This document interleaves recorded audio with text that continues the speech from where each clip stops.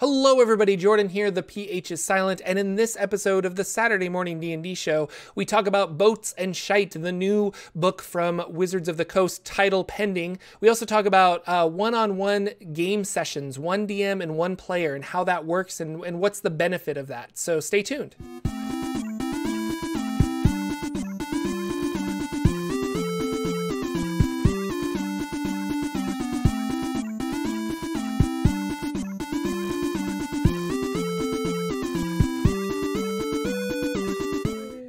Hello, ladies and gentlemen. Welcome to the Saturday Morning D&D Show, the triumphant return of the Saturday Morning D&D Show. My name is Jordan with a silent PH in the middle, and I'm joined always by my good friend and co-host Sir Lucian over at Sir Lucian Gaming. Say hello, sir. Hello, everybody. I'm here. I'm out of bed. He's here. He's out of bed. He's got quite the cold. Yeah, I do. We were just talking. We were like, oh, man, are you okay? He's like, yeah, I'm just a little out of it is all. Yeah. So it's going to be a very chill. It's a chill Saturday morning as we just casually talk about D&D news and what's going on in the world of Dungeons and Dragons. Yeah. So good morning, everybody. We got people in chat. This is awesome.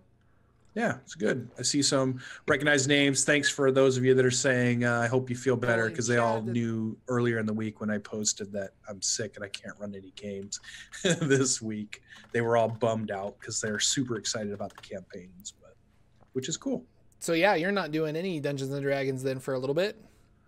Not this week. I had to take a week off for sure, just because I couldn't, sometimes when you get the sore throat, you just can't talk. I could probably play a game, but I don't think I could sit there and narrate, here's what you see, here's what you guys are doing, and it just wouldn't be able to.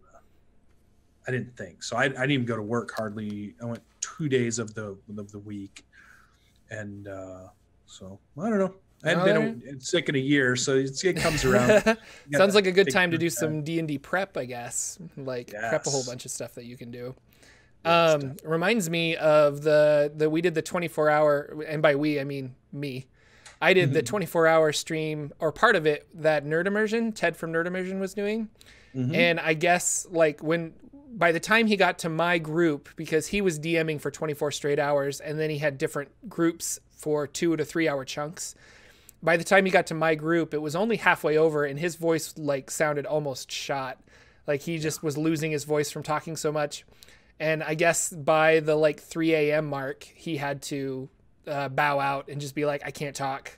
We gotta stop the stream. Sorry, we didn't make the full 24 hours. He's done the full 24 hours in the past, but just something about this one, he lost his voice. And I was like, yeah, that's rough. And you, as the Dungeon Master, do most of the talking, so it makes sense. Yeah, I do a lot of training of software where I'll have lots of people in and I'll talk throughout the day. So we'll do full day trainings. And if I do 2 of those in a row, my voice gets like it is now. And if I try to do a 3rd day or a 4th day, it's almost to the point where I lose it. You actually it's gone. So it's crazy how much you can overuse something like that, and it just disappears on you. And it's just like, oh my God, what's that? What happens now? Yeah, when I was teaching children's theater, I was talking constantly because you're teaching and you're interacting with kids and you're doing all this stuff. And there was a week where I'm like, I'm going to lose my voice. And sure enough, by day 3 or something, I lost my voice. And I still had to go in and teach because we didn't have replacements and I didn't have sick time and sick days, just the nature of the job. And I did a lot of miming to the kids. I'm like, I want you to go over here and do this. But I didn't even have whispers. I was just really... Yeah, and they're kids. They talk over you. They get loud. They get rambunctious, and I had no way to quiet them down. So I remember I would just look sad, and there would be 3 or 4 kids. They're like, guys, he can't talk. You have to be quiet. It's like, oh, okay. It's good times. Yep. So for those of you that are Dungeon Masters out there, if you're going to be doing long games, take care of your vocal cords. I'm seeing a bunch of stuff there in chat. Tea with honey. There you go. There you go. But this isn't the We've Got No Voice show. This is the Saturday Morning D&D show. This is the No Pity show. This is, So we're going to dive into some of the news. So we missed last week, and apparently last week they dropped quite a bit of news on this new book that's coming out that we still don't really know the title of, that Lucian and I have just been calling the Boats and Shite book because it's funny. But they revealed a couple of pages from the new book, and it looks like it's a remake of an AD&D Greyhawk adventure called The Final Enemy. So a lot of people online are speculating that this new book is going to be like Tales of the Yawning Portal. It's going to be a collection of older adventures that have been modernized for 5th edition Dungeons & Dragons. And this one in particular, The Final Enemy, is actually the last one in 3 adventures that are chained together.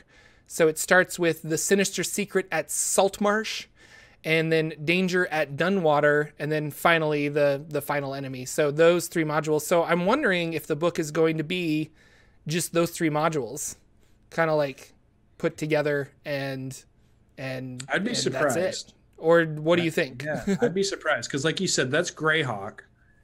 Now we did have something to support that theory, right? We get a Mike Merle's Lore You Should Know Greyhawk edition this past week. So you might say, okay, we're talking about 3 modules that were Greyhawk edition. We just got some Lore You Should Know. Are they building us up?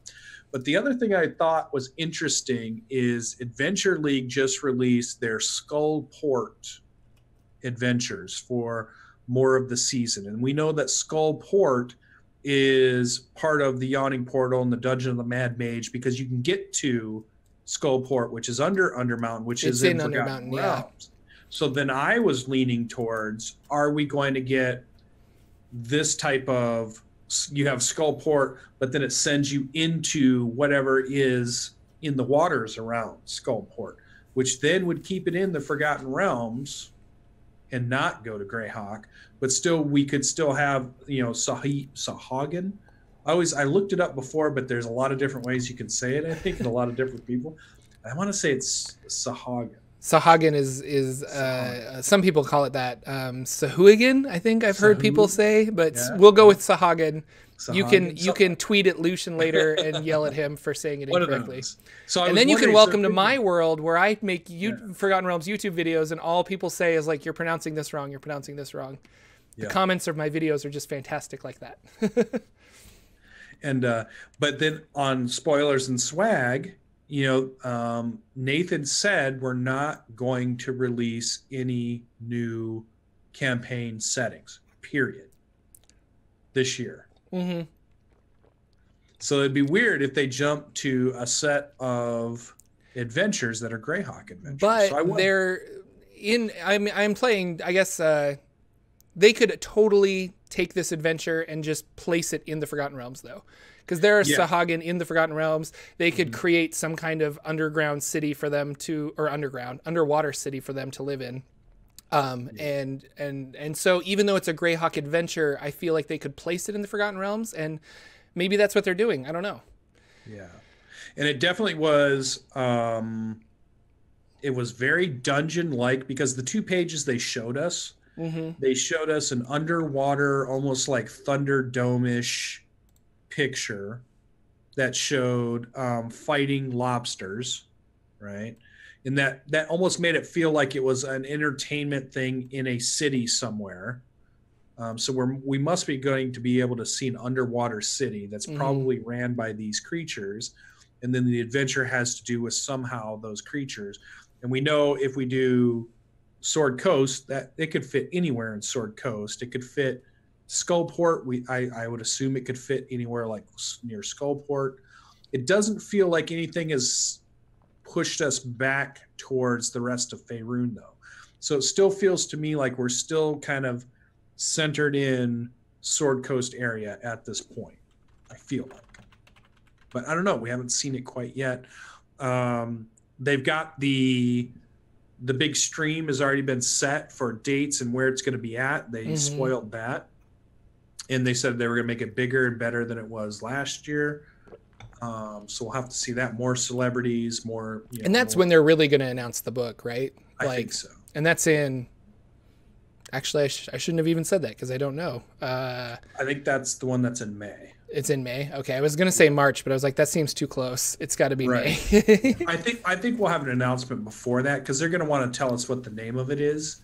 I would assume, but it's got to leak by then, because they got to start telling these people to show up, and these people need to buy tickets to get there and get the sets built and all the stuff they're going to do and all the games they're going to run. Because it sounds like it's a lot of YouTube celebrities and streaming celebrities will be there also. So they've got a lot to organize to do that. So hopefully Greg Tito tells us what we're going to get pretty soon. Yeah. So I think it'll be interesting. Underwater adventure, we get some underwater rules. We get some ship rules with that, most likely. I'm anticipating probably some new sub races of some sort. Maybe a full race, maybe a new race of some sort at that point. Maybe a class. I still like my theory that it's going to take place off the Sword Coast around Lantan and stuff, just north of Chult. And Lantan will have the Artificer, and that's where we'll get the new. But, like, I don't know, with the release of this, I really think that it's going to be like Tales of the Yawning Portal, and that it specifically is going to be just a rehash of some older stuff with maybe here's half the book is the adventure, and you're right, the other half is like, here's some underwater rules and some boats and ship rules and stuff for you. And if they do Yawning Portal, they don't necessarily have to connect them. They could. No, that's what I'm saying. It doesn't even have to be in the Forgotten Realms. It's just like, here's an adventure, because that's what they did with Tales. Like Tales of the Yawning Portal was like, they didn't try to make Tomb of Horrors fit into the Forgotten Realms. They were just like, here's Tomb of Horrors, So I don't know. I could see that. That actually makes more sense now that you say it that way too. I could see one that's a little bit more, they could be loosely connected, or they could be used as piecemeal to put somewhere in your campaign, depending on where your campaign is. Get another book like that out early in the year, just to put some more. But that's a very GM-centric book, and that makes sense because we just had Guildmaster's Guide to Ravnica, very all the player base centric, like players can use that, GMs can use that, people that love Magic can get that. That was a very nice Well, that was really a campaign setting. I'm going to disagree with you. I think it was very much for game masters and like obviously fans of Ravnica, but like that book was, the more I read it, the more I'm like, this was a campaign setting. Like if I want to play in the world of Ravnica, that's what this book was. So yeah. But I think it's more of a book that players would buy that than they would have bought Dungeon of the Mad Mage. Correct. Yeah, that's true. Like that one seems to me is more, I mean, there's nothing in Dungeon of the Mad Mage that a player would want except just to know how that adventure went. Whereas you've got a you want the stats for the Loxodon, or you want the stats for, the Simic or any of the other stuff, or you just want to know about the lore. I could see them buying that book over the other ones. Yeah. But you're right. It's not like a Xanathar's Guide to Everything, which I think is more of a better example maybe of everybody wants that book. But if it has the Artificer in it, I can almost guarantee that everyone's going to pick it Everybody's up. Everybody's going to buy it. Yeah. It's got a new class, then it's going to be player centric because the players will have to have it if they want to play it. So it'd be interesting. Been a while. We were, I was on D&D Beyond a couple days ago, and we were going through, like, there are so many races. They've released so many different races for Dungeons and Dragons 5th edition, but not a single new class yet. And it kind of amazes me that we have like Loxodons and goblins and lizard folk and all this. I mean, they're like, when you put them all together, there's so many races, and then you go to the classes and it's the same stock classes. And granted, Xanathars came out and gave us some different spin on those classes, but we still haven't had like a new class, which the ones that come to mind are the Artificer and the Psionicist, like a psionic kind of class. And so it's interesting to me.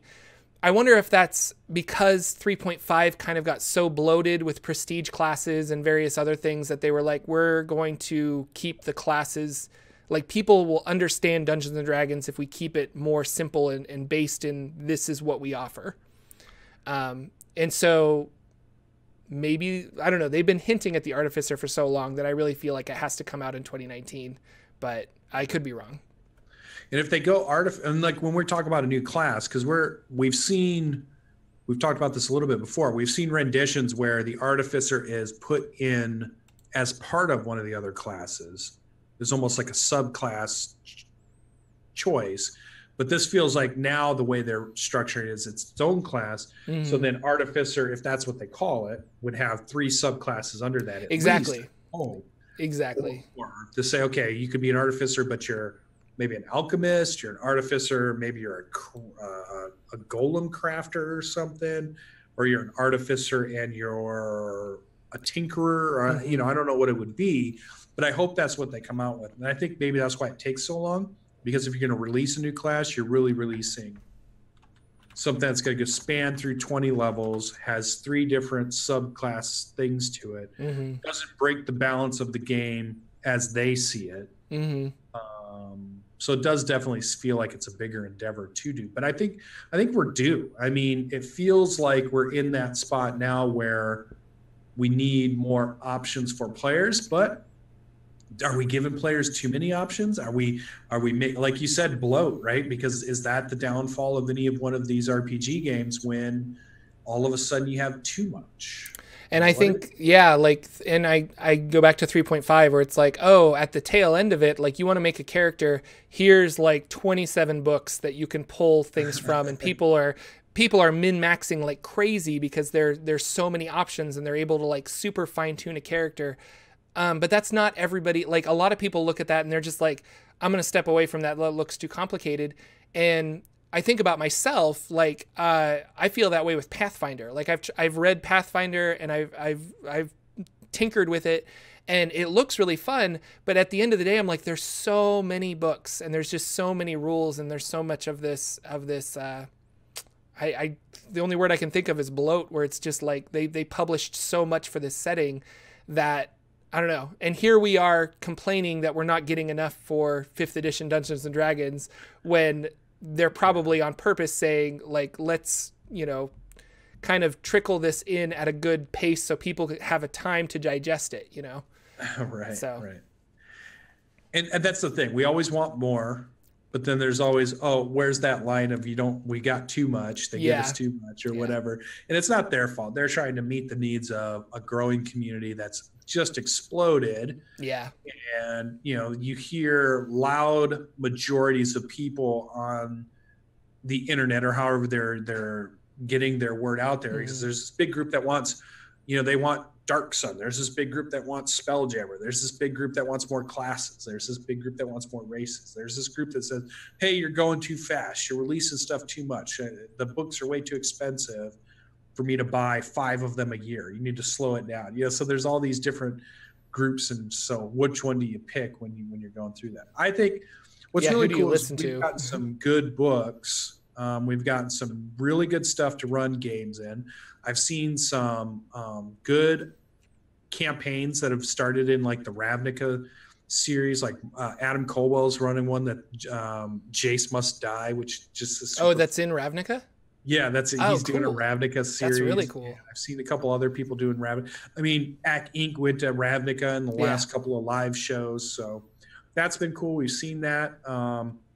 We've seen people like Web DM have been doing a Spelljammer-ish style game. They're doing a Dark Sun style-ish game. So we've seen, you know, the Greyhawk channel does a lot of the Greyhawk stuff. So all of the different little factions out there of us, we're all playing what we like to play, and we like get to make our worlds in the way we want to. So it feels healthy. It feels like you can find a game that has lots of different styles. So I think we're in a good spot. I just hope that we see some more stuff that just doesn't saturate us, and it doesn't just, like you said, just overbloat or overkill, and then start the downward spiral. Well, like, yeah, and I don't know. Going back, I think I said this on the last stream, which was like 2 weeks ago or maybe 3 weeks ago. I said this, but like, we don't really need like Spelljammer and Dark Sun campaign settings, because you can just use the settings that are already there. Like, take the AD&D Spelljammer setting, maybe you tweak a few things here and there to make it work, but it's not difficult to tweak. Like, it's the lore and the history and the setting are still there in those books. And so kind of going back, like, we don't really need the 5th edition stamp of approval in order to play these older edition or these older campaign settings. Case in point, you know, Pruitt's Starfinder campaign or Starjammer or Spelljammer, blah, blah, blah. Spelljammer. So keep that in mind. And like, it would be nice. What we do need is like rules for things like psionics, because you can homebrew those, but like, you know, it would be a lot harder to balance it yourself, as opposed to have something that's play tested and has the stamp of approval from Wizards of the Coast. So, but yeah, that we don't have yet. Yeah, true. So I don't know, back to boats and shite. It's going to be, I'm excited for it because I played the hell out of Tales from the Yawning Portal, and I used a lot of that stuff for my homebrew game, like a lot of puzzles and a lot of traps that were in the adventures that I didn't end up running. I used, so I had a lot of fun with that book, and I think that's a good one to try out D&D with friends, because we were just like, hey, like, I think we finished one campaign arc and my friends wanted to try different characters. So I'm like, I'll just run White Plume Mountain. It'll take us maybe 4 or 5 sessions. We'll run White Plume Mountain, and we had a blast, and it's a lot of fun. So that book I really cherish, and I think it's one of my favorite D&D books that 5th edition has come out with. So if they come out with something similar, I will enjoy it. And I think Skull Dixon points out in chat a really good point. Many people out there who are fans of this genre have put in the time to convert things.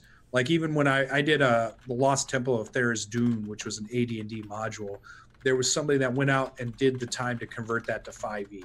So just about everything that's out there, if there was a fan of it, they've decided to convert it to 5e anyways. Yeah. So if you just look around or you search, whether it's DMSGuild, Drive-Thru RPG, or some of those other areas, or just Google, you might find somebody who's actually already put in some of the work to say, here's what it would be if you want to run that in 5e. So I found that for Spelljammer. Like, there's lots of 5e material that's just homebrew stuff that somebody made for Spelljammer that is surprisingly effective and really awesome. So, yeah.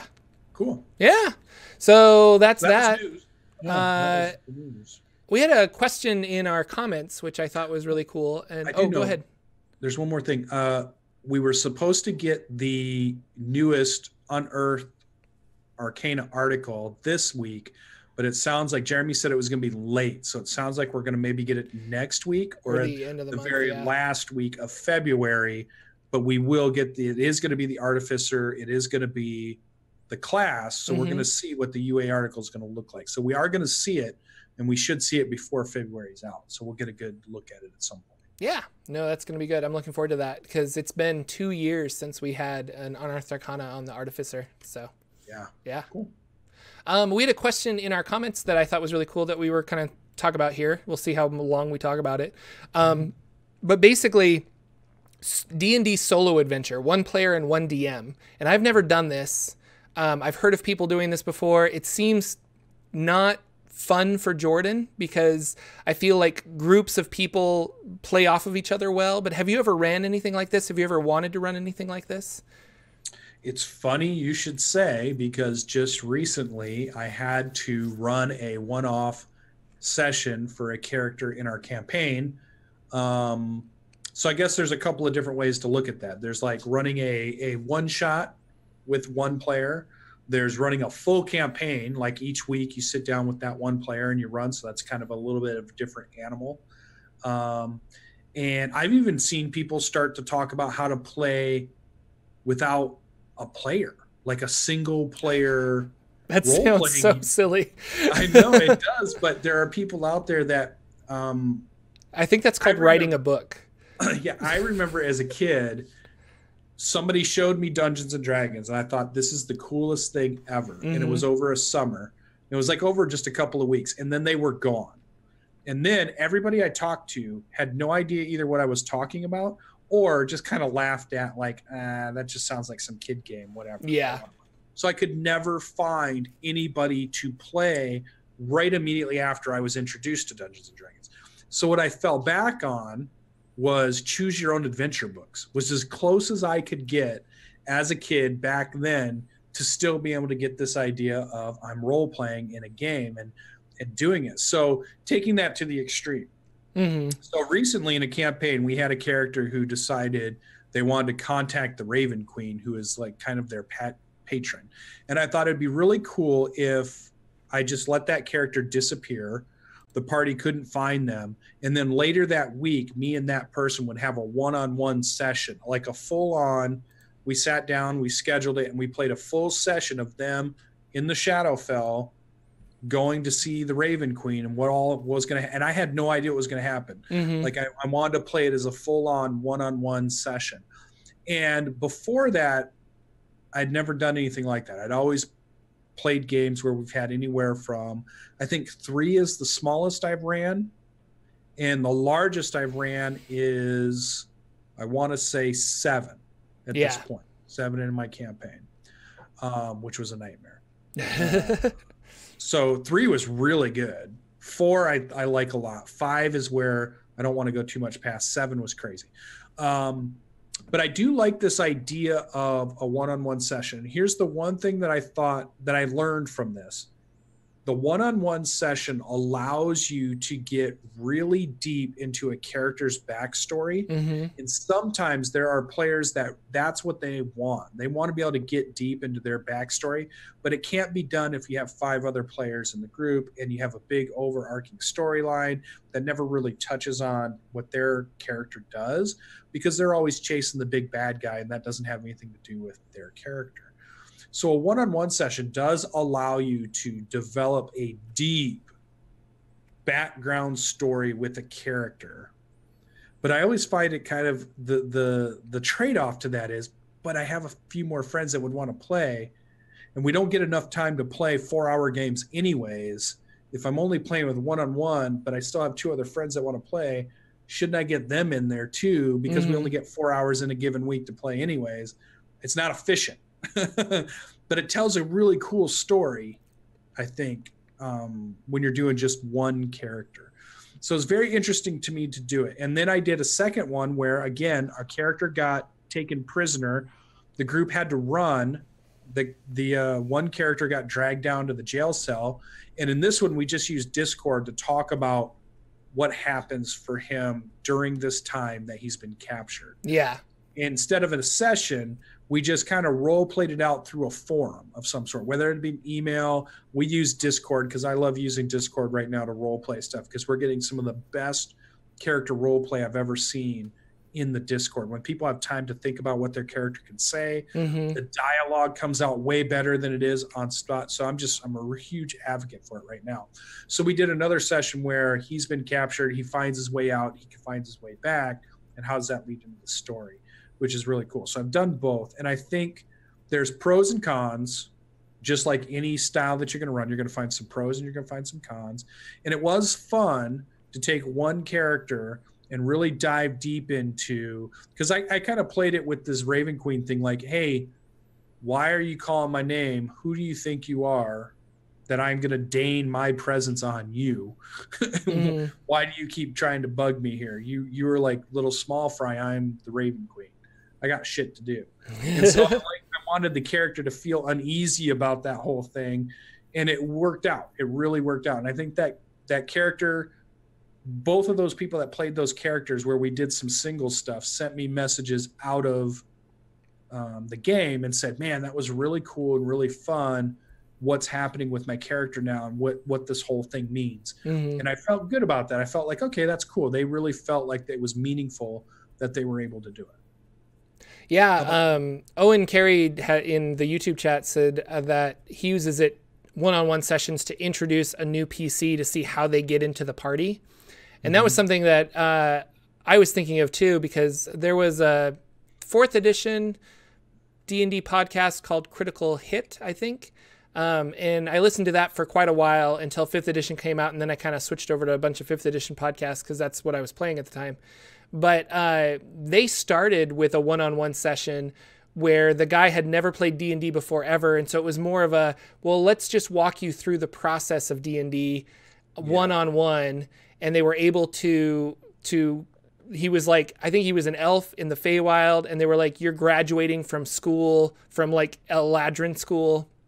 And we're going to have you go through these trials, but these trials won't kill you. If you end up dying, you will be healed, kind of a thing. But even though they're illusions, you should treat them very real. So he made it kind of like you have a safe place to really explore your fighting styles and stuff like that. And there's not a lot of long-term consequences for this. And he was level 1. So it was a way for him to kind of like play around and explore like, oh, I can go here. I can do this. Oh, I can do that.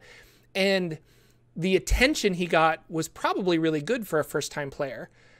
There's something to be said about sitting at a table and learning from your peers playing, but there's also like being able to continuously play and continuously make decisions and see the reaction of the dungeon master. So one-on-one sessions like that seem really interesting to me. I don't think I could do a campaign or like more than a couple of sessions of one-on-one, but I really like this idea, especially if I have like a new player. It's like, why don't you come over, maybe just for an hour, maybe 2 hours, we'll play D&D and we'll figure out your character and we'll figure out how they meet the party, so that that character has a backstory that's not something they wrote, but something that we played through. And then the dungeon master and the player have a more synergized view of that character before, putting it into a regular party. So I don't know, when I read this conversation, when I read this question, I was like, nah, I don't really like one-on-one stuff. But after listening to you and just thinking about it, I was kind of like, that's actually really interesting, and that could be cool. And Discord would be great for that too, if you have a player that's like willing to just be like, yeah, I'll chat it out with you.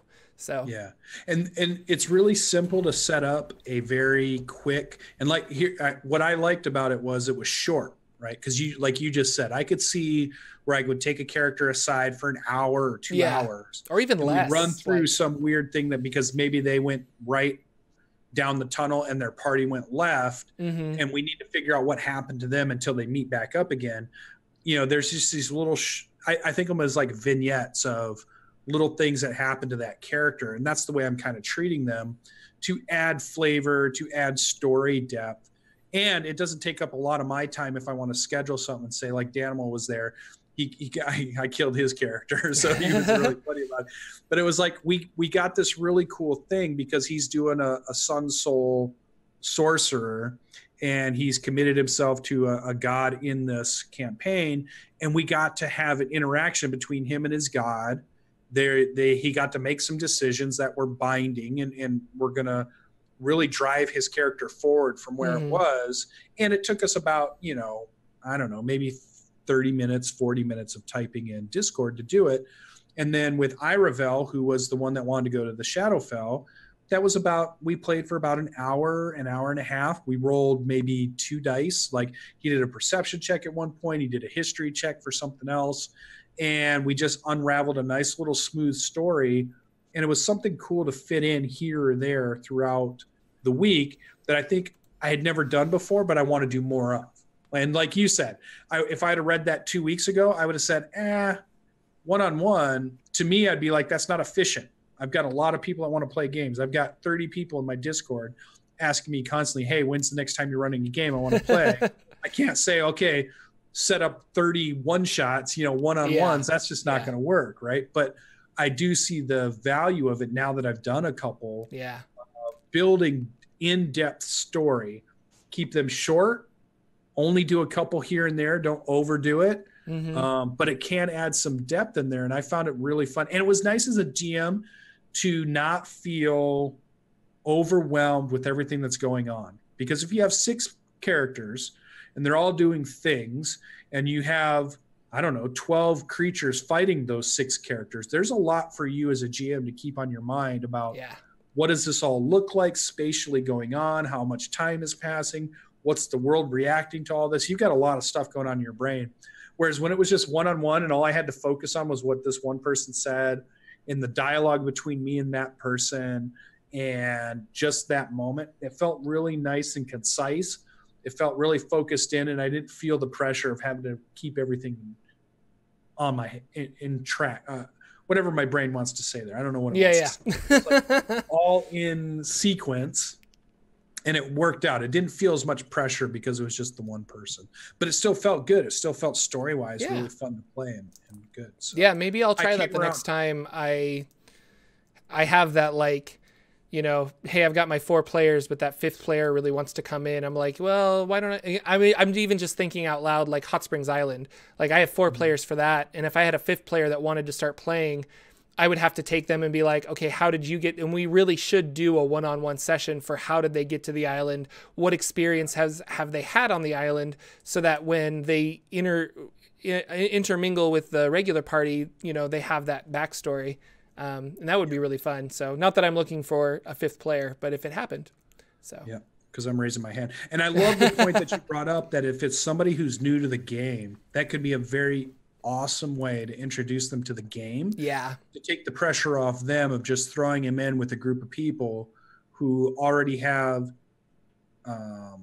ties, already have relationships, already have etiquette with each other because they've been playing for, you know, a lot. They have inside jokes, they have all kinds of stuff. And then you bring that new person in, they're trying to fit in, but they don't know what everybody's talking about. They don't know about, oh yeah, you know, remember that troll with the one eye, ha ha ha. And there's like, oh, I don't know what's going on. So yeah, I can see how that could be really cool to bring them in and say, yeah, when you want to use this, you're rolling a D20, you're adding this, you're adding that. They don't feel pressure also because they don't want you to take up a bunch of time to teach them, because everybody else is waiting around. So they feel guilty about that. And they're just like, no, just go on. I won't do that. I'll just hold my action, or I'll run over here and not do anything.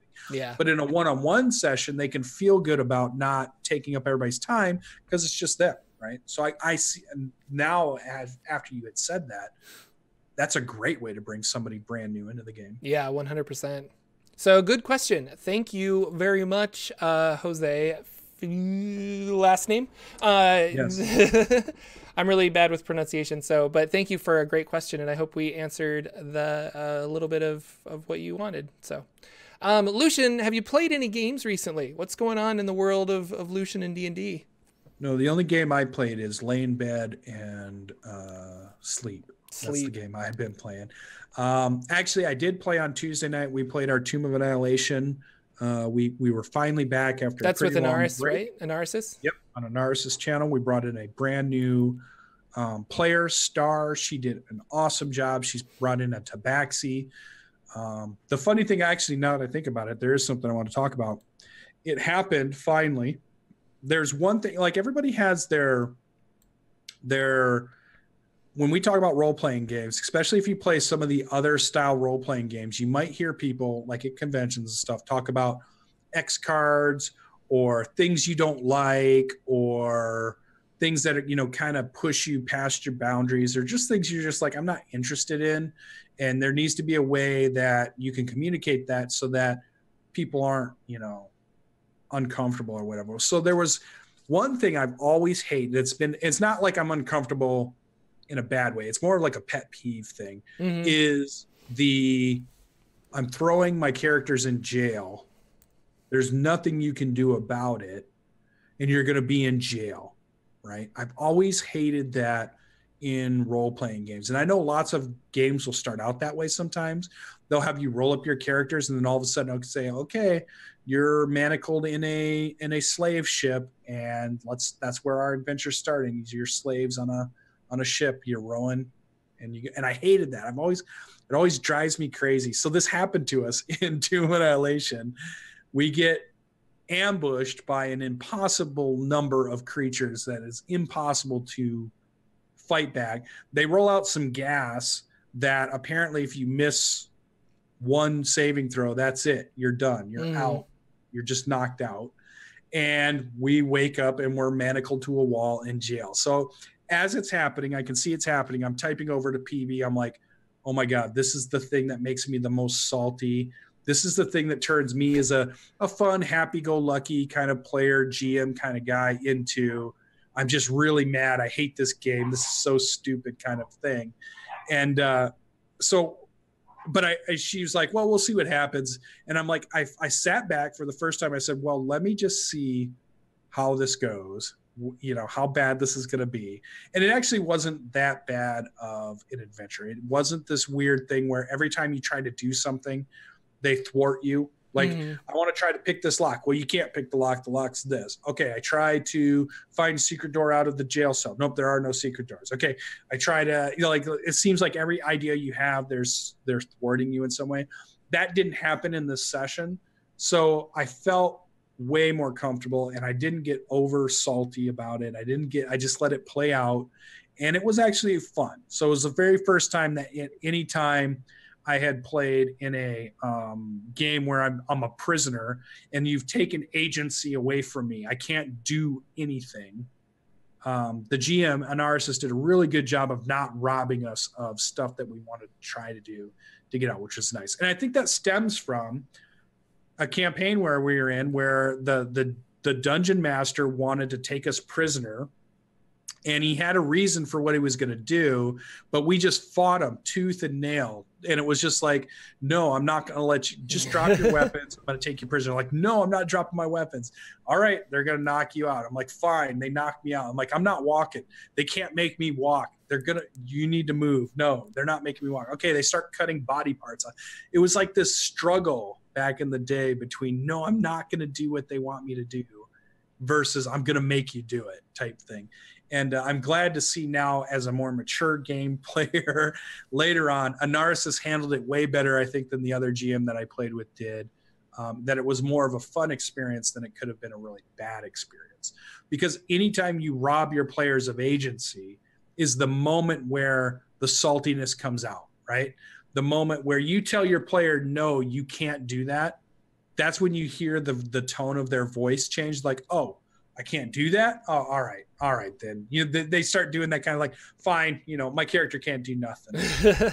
I'm just, my character. And we got a little bit of that from PB was because they took our armor, they took her holy symbol away, which was the way she cast her spells. Mm-hmm. And she was a little salty down there too. She was just like, my character can't do nothing, so I don't do anything. Yeah. And I was just like, oh, this could get bad because you don't want that. You don't want your group to turn into that, right? Mm-hmm. You always want them to feel like they have something they can do, even if they're limited in some way. But it turned out well. I enjoyed it. I can't wait to play next week. I did get to be 9th level. We are still going through Tomb of Annihilation. It's a barbarian that I've really enjoyed playing the character, and the party's really fun. So we made it through something that I thought when I heard it was about to happen, that I thought, oh God, here it goes. This is going to make me turn into the jerk, because I was just like, oh, fine. My character can't do anything. So nice. Be careful. Don't take agency away from your players. Yeah, no. And I'm trying to think of like what I would do in that situation too. Yeah, and you do just get frustrated where you're like, so you took my wand, you took my components pouch, you took my weapon, you took my magical whatever. Like, what do you want me to do? I can punch a brick wall maybe. Like, what do you want me to do? Yeah. So what do you want here? Yeah. And it's hard to, have you thrown any of your characters into jail where they didn't have any of their possessions? They didn't have any of their stuff? Yeah. I threw them into jail at least once. The drow captured them and put them into jail, but they were able to break out, and I was encouraging them to break out. But it was actually the monk, because the monk is one of those shadow monks that can like teleport within shadows. So they like created some darkness and then teleported out of the jail. And then he was able to like go get the keys sneakily and unlock the door and stuff like that. So they still had things that they could do, but I did take away everything. They had to go find their equipment. And that was a really difficult battle because they didn't have their equipment. They ended up fighting a Drider, and it was, but that's where like the monk really shined actually, because he's like, I've got my weapons right here, like, and so he was able to tank and dish out quite a bit of damage compared to the rest of them. So yeah, well, our warlock did the Misty Step, and she kind of has that ability to talk, and she told my character, I'm gonna do something, and I'm like, okay, I'm like, all right, well, and the barbarian really is somebody you can almost not keep shackled, because when you go rage and you get advantage on athletics checks to break chains and bars and things. Yeah. And even if you set it at a DC 20, I'm getting a +7 or a +8, and I got advantage on that roll. So my guy just hulked out completely and just like broke the chains, wrapped them around his hands. Now I have improvised weapons. I broke the bars right off of the thing. I think I rolled a 20, in fact, just took it off, heaved it over. And it was really funny to think about.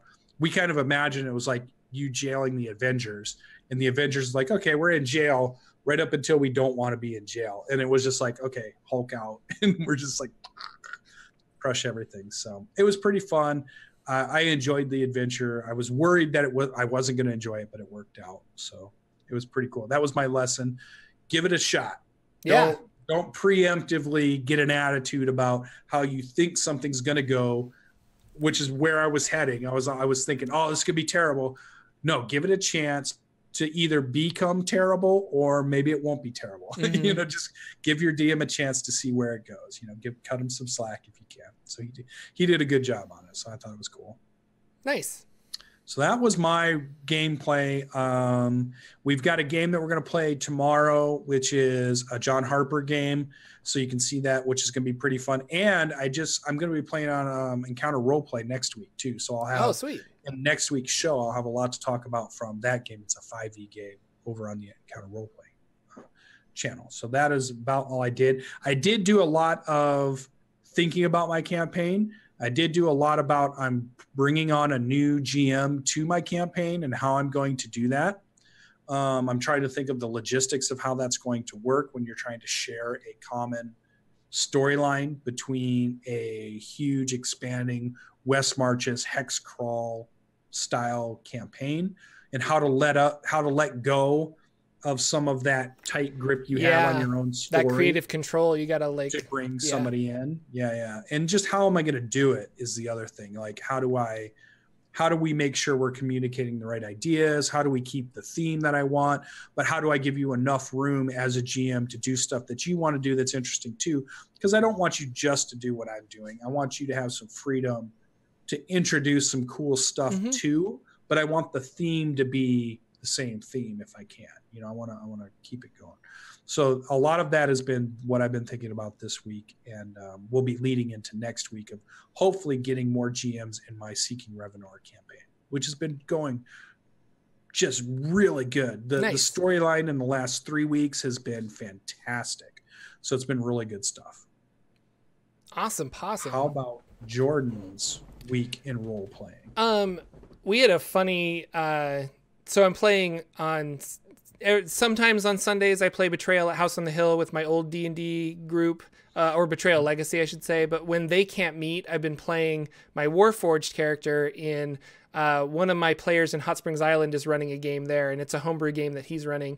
Having lots of fun with that. We are fighting a bunch of trolls. Like, trolls are attacking the kingdoms, and we're trying to figure out where they're coming from and who's directing them, because trolls aren't smart enough, we decided.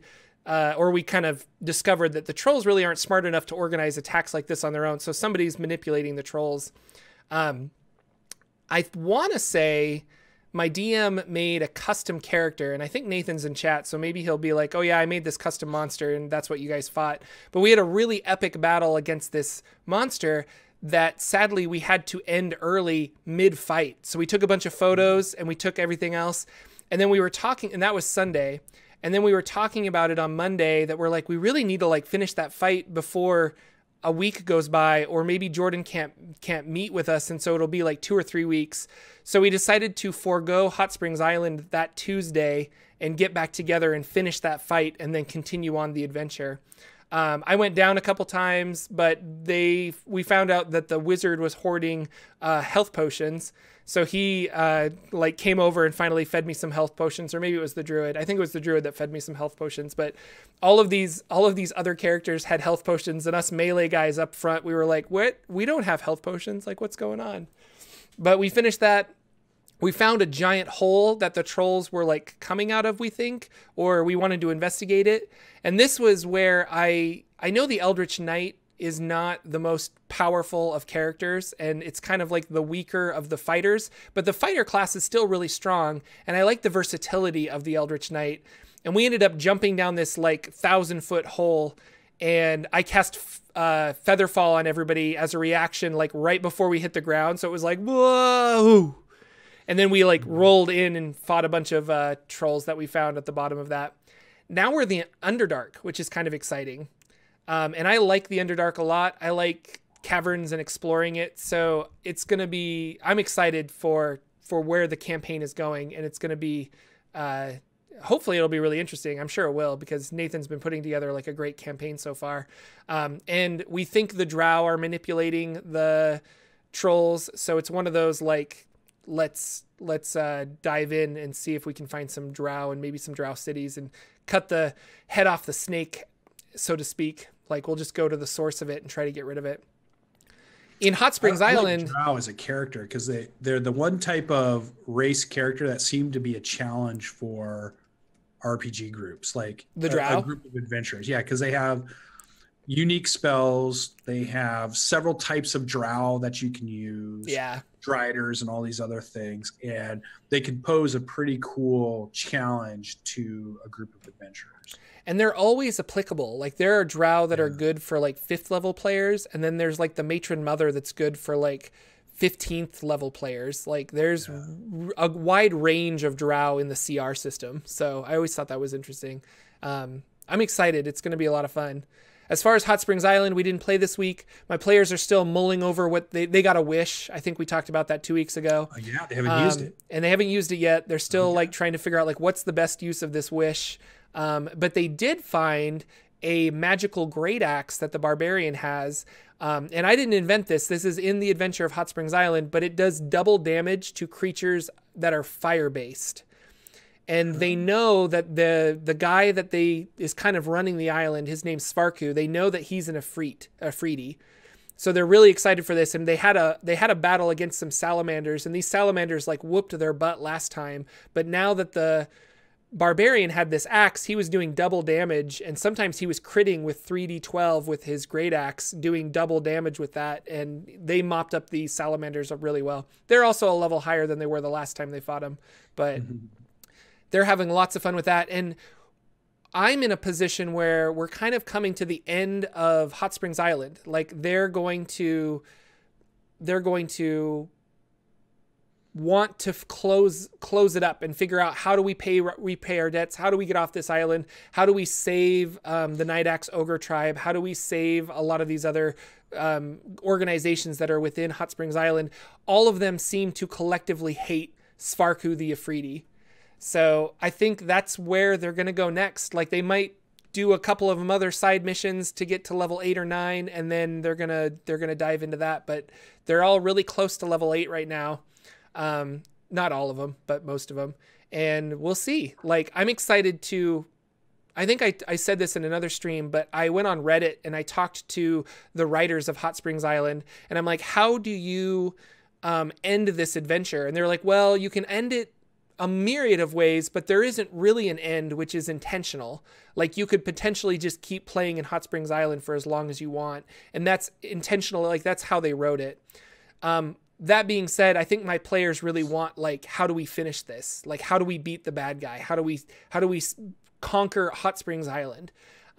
So now that they've got this axe, they know where Svarku is. They've kind of got like a game plan.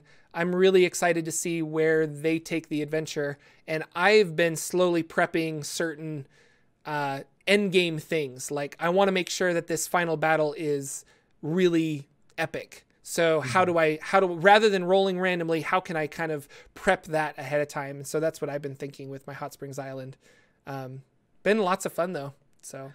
And then, so what happens after that big battle? Do you guys start a new campaign? I think we want to. Like, we were talking about starting a new campaign. Everybody's got ideas for other characters, and we were even joking the other day, like, should we kill off some characters so that we can play some new characters? And it's like, oh, no, don't kill me off. Like, I love my cleric, but people are itching at they're scratching to play a new character, I think. So that's cool. Yeah. So I think we'll play another campaign. I'm definitely game to run another campaign. I don't think I can run. I think Jordan, personally, I can't keep track of 2 homebrew games, and I don't want to say I'm not creative enough, but I'll say it. I'm not creative enough to come up with 2 homebrew games and puzzles and traps for both of them. I agree. Totally. Every week. Like, I think I can do that once, and I can have my homebrew world, and I can do all this other stuff. But if I'm going to run more than one game, it needs to be a pre-written adventure that I can just kind of open the book and be like, what are we doing today? So I own all the 5th edition stuff. So I'm going to be like, I'm still willing to run a game, but we're going to play Tomb of Annihilation or Out of the Abyss or Storm King's Thunder and maybe run through one of those instead. which I've been also really wanting to play some of those adventures that I bought and haven't had to. I've only cracked them open to steal puzzles and stuff from, so it'll be cool. I'm still looking. I really, really, really want to get into a Dungeon of the Mad Mage game as a player. Because I want to run it eventually, but I want to play it first as a player, be surprised, see where it goes, and then eventually I want to run it. Yeah. But I've been keeping my eye out for any of the games that are starting that up and running that one, because I've been watching Roll20's Waterdeep Dragon Heist, and that's been interesting because you can find the way they set that book up. There's 4 different kind of ways that whole adventure could be run, and it was really cool. And I think I would run it. There was no big interest in me to play through that one, but I definitely want to try Dungeon of the Mad Mage at some point as a player. Yeah. So that'd be pretty cool, but it's cool. And there's, again, all the Kickstarters are starting back up now. So there's a lot of games that are getting Kickstarted again. I saw Lasers and Liches is doing really well. That's like this 5th edition 80s supplement that's coming out that they're already funded. But if you want to grab the rewards, definitely look at it looks really cool, like laser corgis. With him way back on the SMD&DShow show, and it was really cool. They tried a Kickstarter before and it didn't go well, so they went back to the drawing board, they relaunched it, and now they've done a really good job. And Luis is a fantastic artist, so that's what drew me to it. But there's that one that I got, like Carbon 2160 was another good one that I'm kickstarted. There's just so many of them that are coming out that I've been jumping on the Kickstarter bandwagon. And then there's been lots of humble bundles that have went around, so you could get a bunch of the Numenera stuff. Then there's Drive-Thru RPG's been doing like 80% off a lot of new TTRPGs. So there's like this huge plethora of games that you can get and play. That's the other thing with my Hot Springs Island group. We were like, should we play another game? Like, can Jordan run? I'll run a 0-level funnel, or I'll do something else, and we'll play DCC, or we'll play Kids on Bikes, and just use this time to experiment with a couple RPGs. Find one that we really like, hey, we really like Numenera. Let's do like a 5-week run of Numenera as opposed to just a one shot. So. Yeah, I hear you. It's fun to have players that are creative and interesting. So, Jose is in chat on YouTube chat, and he says thank you for addressing his question. So you're welcome. Well, thanks for the question. Thanks for the question.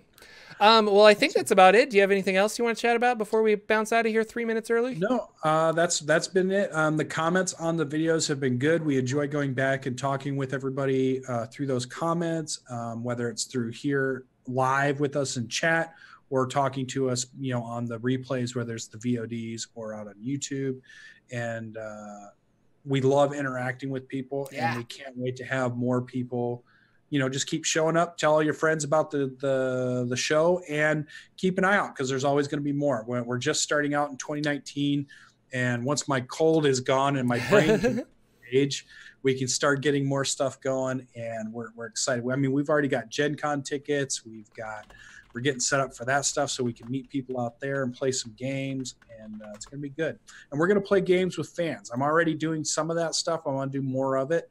So if you're fans of the show and you're wanting to role play in a game with me, maybe I'll talk Jordan into it at some point. We'll be able to do that. Hey, I'm not doing theater right now, so I've got more free time to do stuff. So cool. So other than that, keep checking back in, have fun. That's it for me. All right, guys, thank you so much for coming out. This was fun. It was kind of like a more relaxed, chill episode, but I really liked it. So really appreciate you guys coming out and watching us live. Thanks again for all your great comments and questions. And we will see you next week with another episode of the Saturday Morning D&D Show. Goodbye, everybody. Bye. Transition.